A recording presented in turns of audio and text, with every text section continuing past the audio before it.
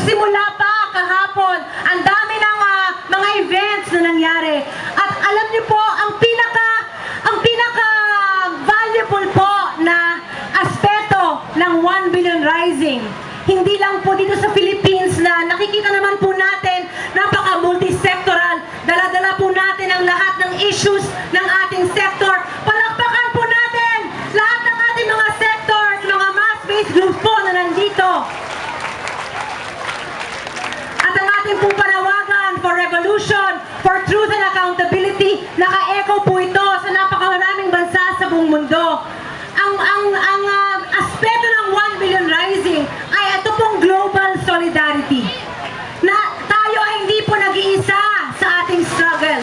Ang ating issues po ay nalalaman din ng mga ibang bansa, gayon din ang mga issues nila nalalaman po natin. At hindi kasi natin mawawakasan ang karahasan sa mga kababaihan kung hindi tayo magkakaisa, hindi lang po dito sa Pilipinas, kundi sa buong mundo. Bukas po, nasa Hong Kong kami, kasama ng ating mga migrante at ating mga migrant at domestic workers. Sasayaw din po sila. At napakarami pa pong risings ang mangyayari from today hanggang March 8 po. So hindi lang po ito isang araw. Ang revolution natin, tuloy-tuloy po. Sapagkat kung hindi pa natin nakukuha ang hustisya at ang pagbabago ng sistema na gusto nating baguhin, hindi tayo hihinto, hindi ba? Handang-handa na ba kayo sa revolusyon? Handa! Ako, handang-handa na. At naging handa ako ng dahil sa inyo.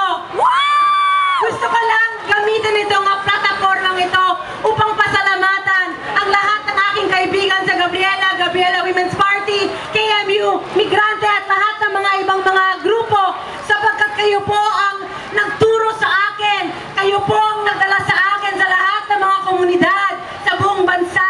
At nakita ko mismo ang lahat ng mga issue natin, from mining, sa forced labor, sa militarization, sa sex trafficking, sa home demolitions. Ang dami-dami pong nangyayari sa ating bansa.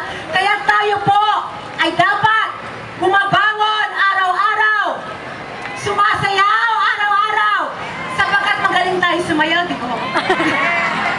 Ang dami-dami nating magagandang sayaw para bumangon.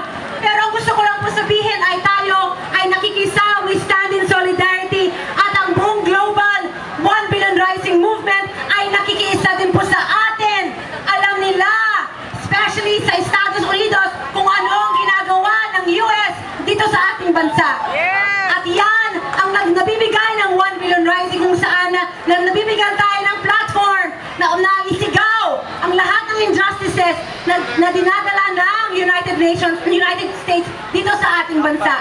So, ladies and gentlemen, hindi pa ho tayo tapos. Ang revolusyon ay kinakailangan ng pasensya, enerhiya, creativity. Nakita naman natin, napaka-creative talaga natin. At kailangan solidarity sa atin. Kahit na ba sino magsabi na resign si Aquino, sinong papalit? Problema ba yun? Hindi naman, di ba? Meron tayong solusyon doon. Ang kailangan, kung hindi ka na marunong mamuno, umalis ka na. Alam niyo po, ang ating revolution call, hindi pwedeng nakatow the line. Di ba? Hindi pwedeng hanggang dito lang 50%.